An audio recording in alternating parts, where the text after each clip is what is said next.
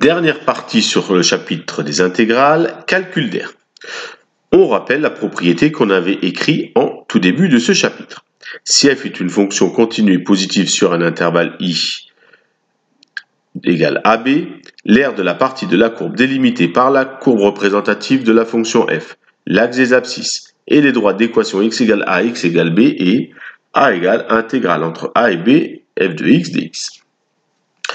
Alors, on ne va pas écrire tout de suite la suite de la propriété, on va commencer par l'exercice résolu.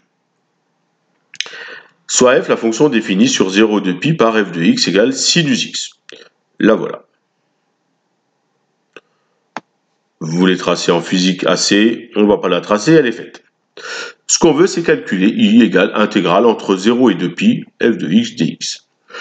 Donc, la technique, on calcule une primitive de f de x et une primitive de f de x égale sinus x, c'est, j'espère que vous l'avez trouvé, moins cos x.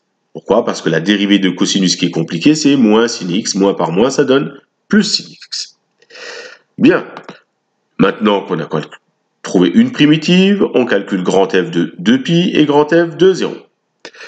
Alors, pour calculer grand F de 2pi, grand F de 0, le cercle trigonométrique, 2pi est ici, cosinus de pi, c'est 1. Et cosinus 0, c'est 1 également.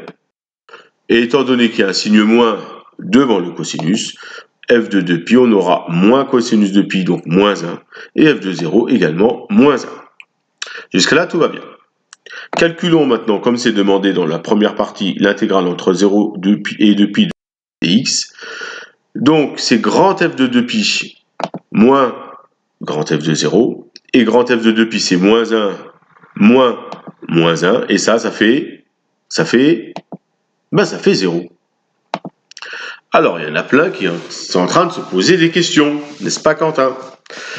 Comment ça se fait que l'air égale, que l'intégrale entre 0 et 2pi, ça fait 0, et puis que l'air, elle n'a pas l'air d'être égale à 0.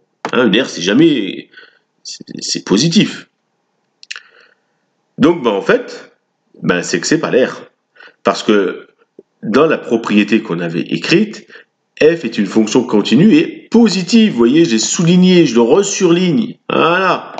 Et là, elle n'est pas positive sur cet intervalle-là. Elle est négative. Donc, du coup, comment on va faire pour répondre à la deuxième question, l'aire de la surface colorée en bleu? Alors, on va la faire en deux fois. On va commencer par calculer l'aire délimitée par la fonction f, la droite des abscisses et les droits d'équation x égale 0 et x égale pi. X égale 0, x égale pi, droit des abscisses et la fonction, c'est-à-dire la première partie de la... Dans ce cas-là, la fonction elle est bien positive, donc on peut écrire que l'aire, on va l'appeler A1, la première partie, que l'aire c'est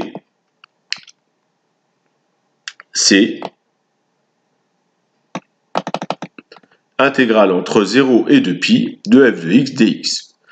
Il faut encore calculer f de pi. Cosinus pi, pi il est là, cosinus il est là, cosinus pi c'est moins 1. Un signe moins, moins 1, ça donne plus 1. Donc grand f de pi c'est plus 1. Grand f de 0, il est juste au-dessus, grand f de 0 c'est moins 1. Donc, l'intégrale entre 0 et pi de f de x dx, c'est grand f de pi moins grand f de 0, et ça donne 1 moins moins 1 égale 2, et là, là c'est pas mal, 2, c'est positif, ça nous convient. Ça, c'était pour la première partie. Et il va falloir également calculer la deuxième partie de l'aire, celle-là. Donc, il va falloir, pour la calculer, on va d'abord calculer l'intégrale entre pi et 2pi de cette fonction. On a déjà calculé grand f de pi, c'est 1. Grand f de 2pi, c'est moins 1. Donc, ça donne quoi? Grand f de 2pi, on a dit moins 1 moins grand f de pi 1, ça va me faire, ça me fait moins 2. Et c'est pas une R, parce que moins 2, ça c'est pas possible. Une R, c'est positif. Mais l'intégrale entre pi et 2pi de la fonction, c'est moins 2. Alors comment on peut avoir l'air? Ben, il y en a qui se disent, déjà, moins 2, moi j'aurais pas calculé, hein, parce que quand on calcule A1 plus A2, la linéarité de l'intégrale me dit que ça devait faire 0. Donc, ça, je savais que c'était moins 2. Bon, bref, on l'a calculé quand même. Maintenant, comment on peut avoir l'air qui est là, si on a l'intégrale qui vaut moins 2? Vous allez me dire, oui, il n'a pas écrit le cours, mais on ne peut pas le deviner, le cours? Ben, c'est l'air qui est délimité par la fonction la droite des abscisses et les droits d'équation x0, x égale pi.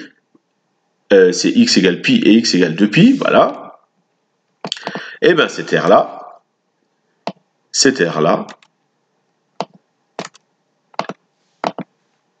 elle est égale à plus 2. Et voilà. Ben, tout ça pour ça.